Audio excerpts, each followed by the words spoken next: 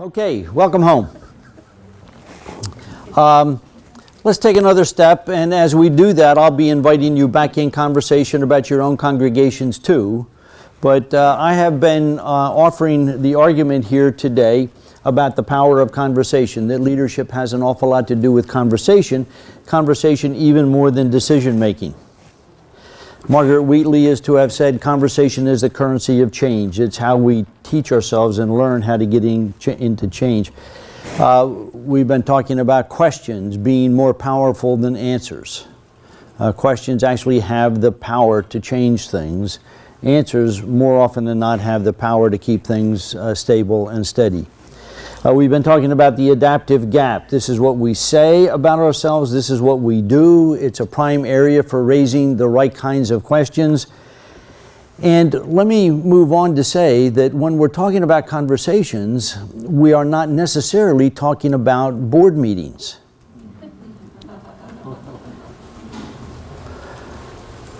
Board meetings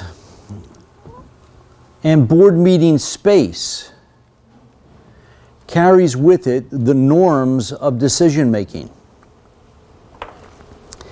How do we move as quickly as possible from the question to the answer? Some research was done a number of years ago about healthy boards, governing boards, boards of trustees, boards of directors.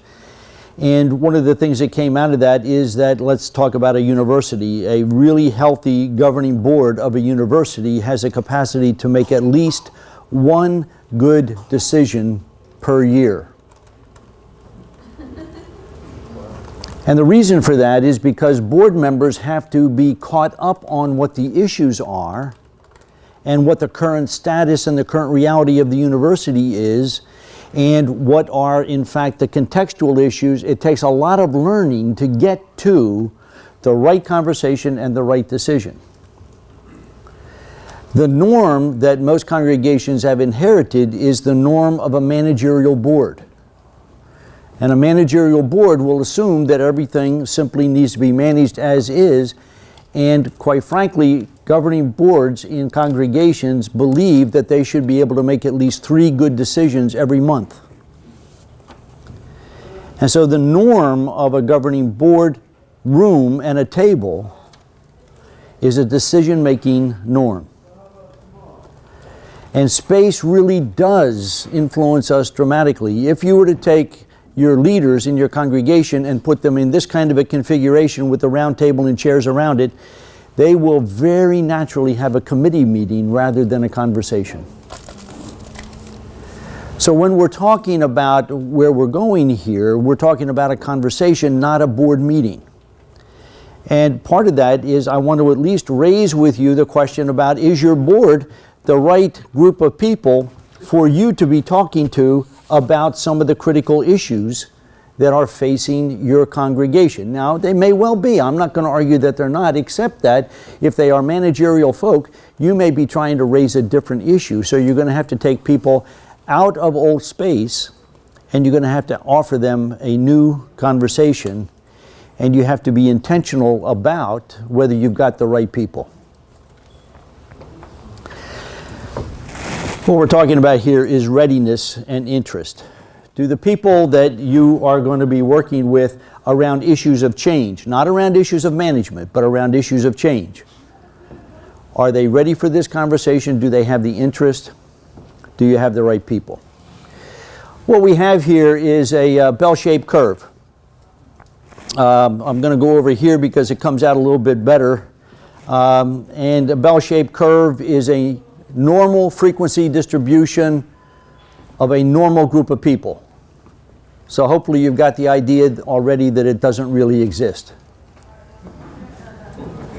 If we were to take a normal distribution of a normal group of people in a congregation around the issue of whether they agreed with a proposal or disagreed with a proposal,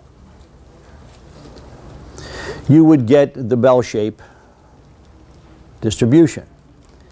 You have a few people at the one end who really, really agree with it, some who really disagree with it, and people are distributed pretty much across the board. We okay so far? Yes.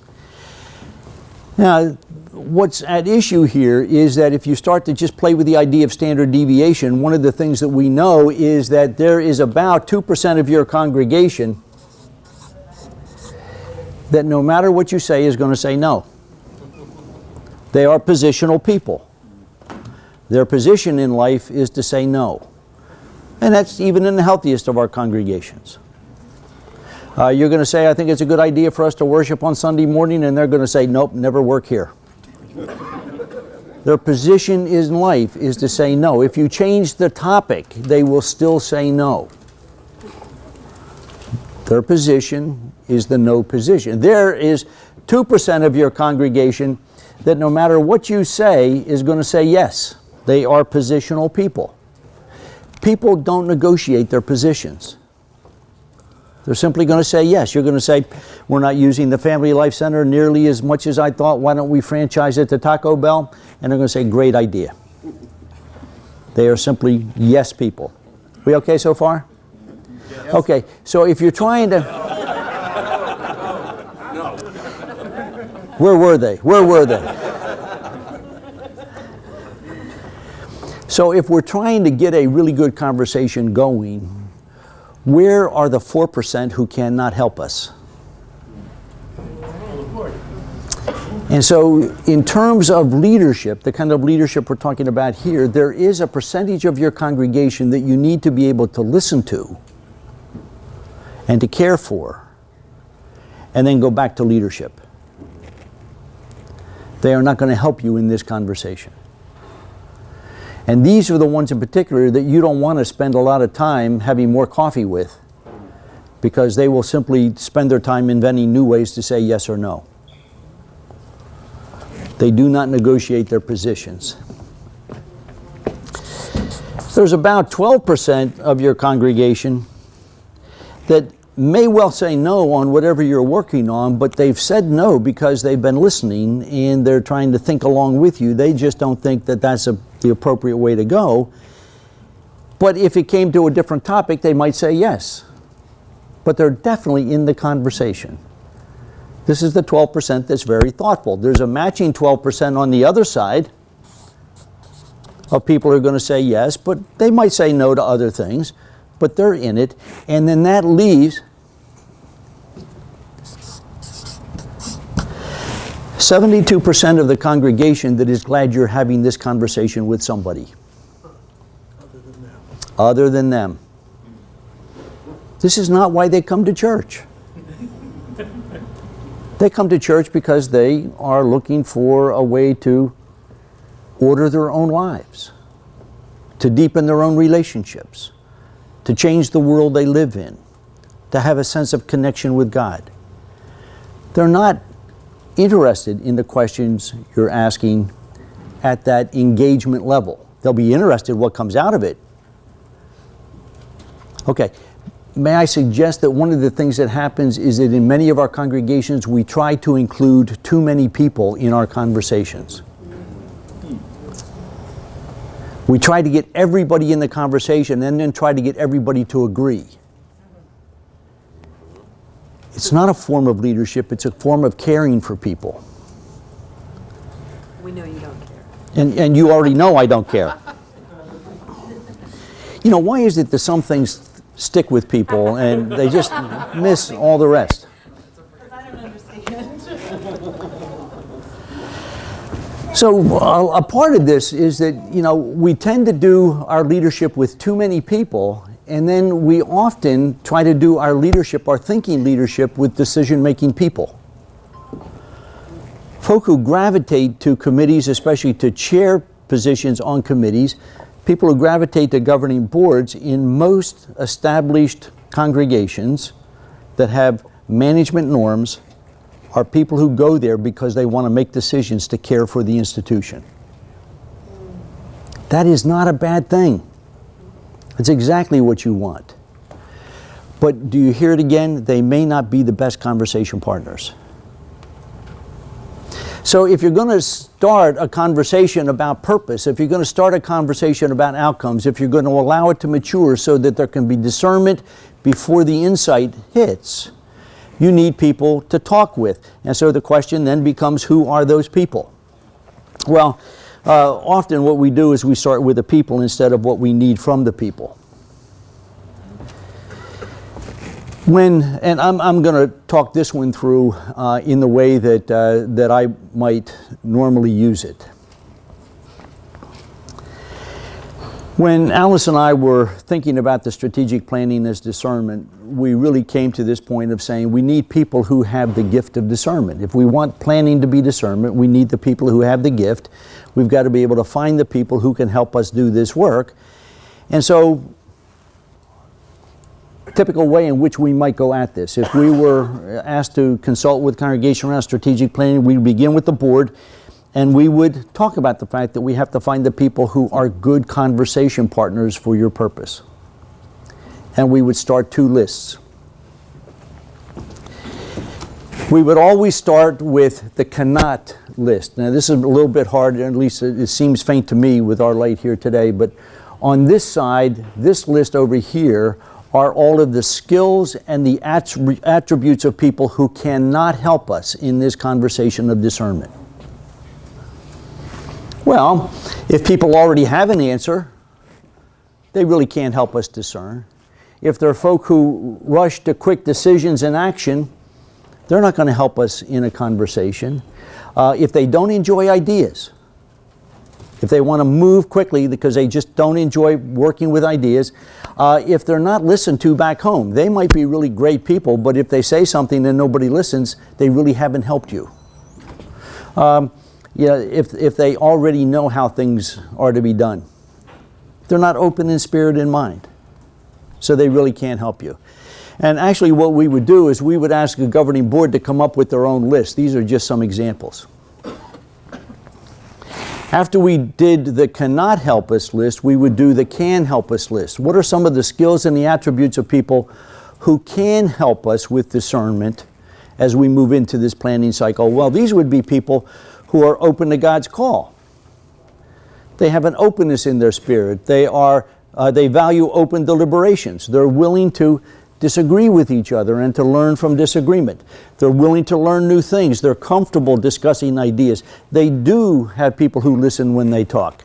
They're willing to keep people informed and communicate.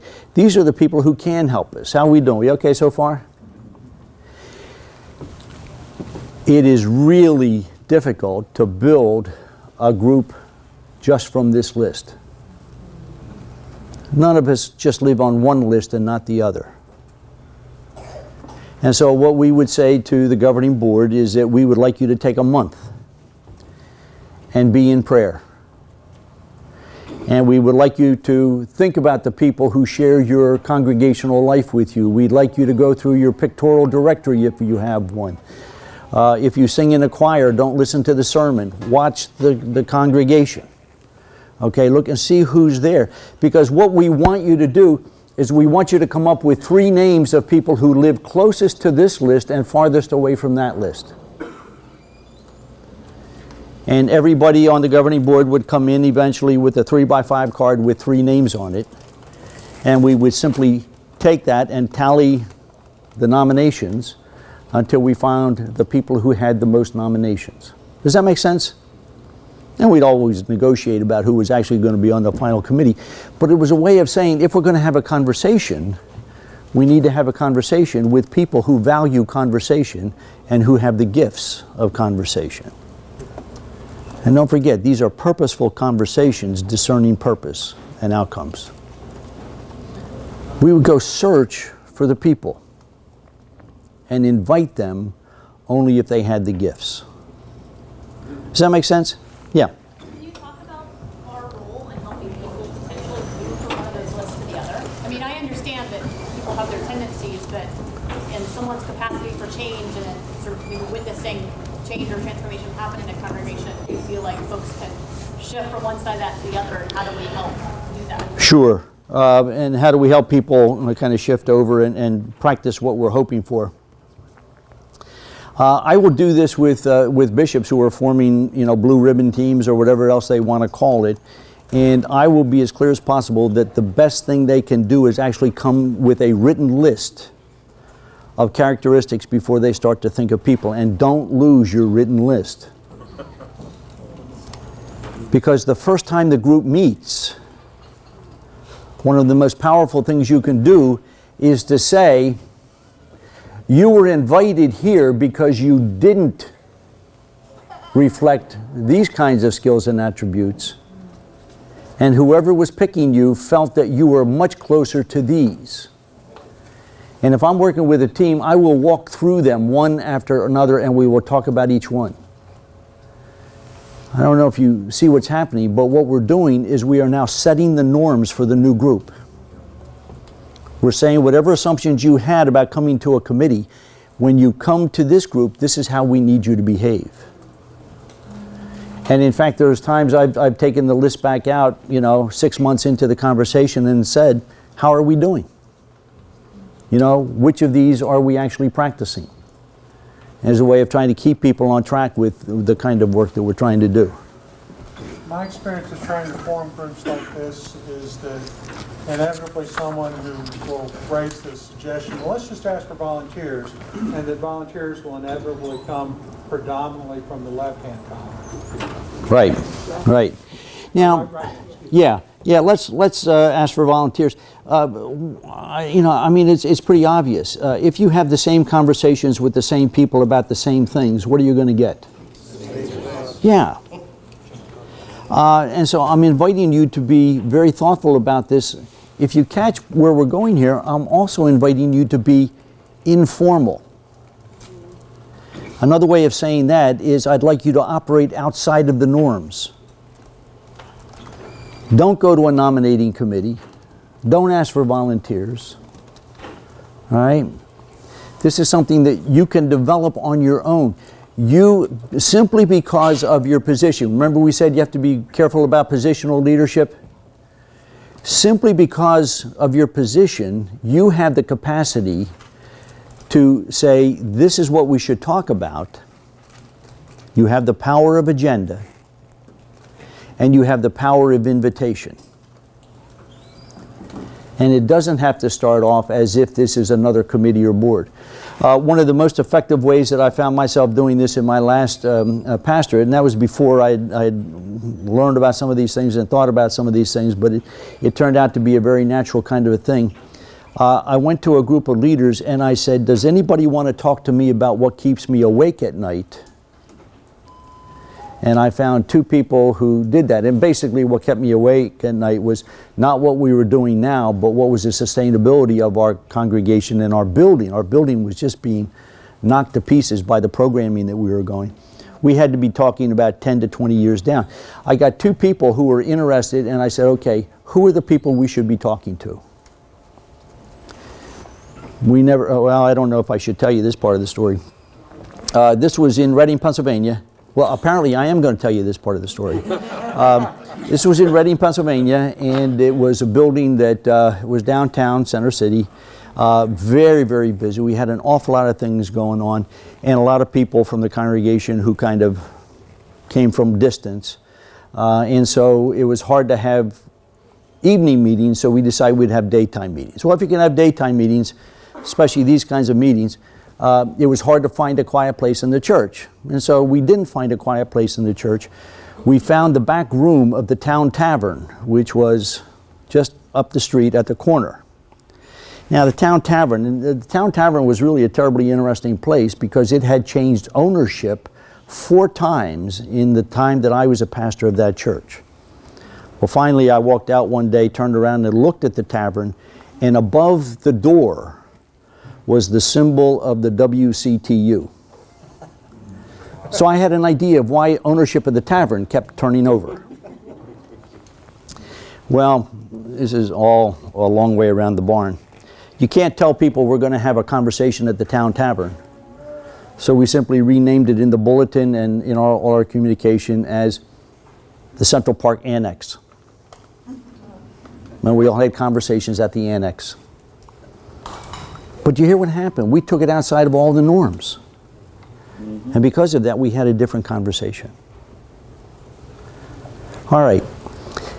Yes? Is there an optimum number of people you feel are good for having a conversation like that? Is there an optimal number? The normative optimal numbers for groups to be effective working groups are 8 to 12.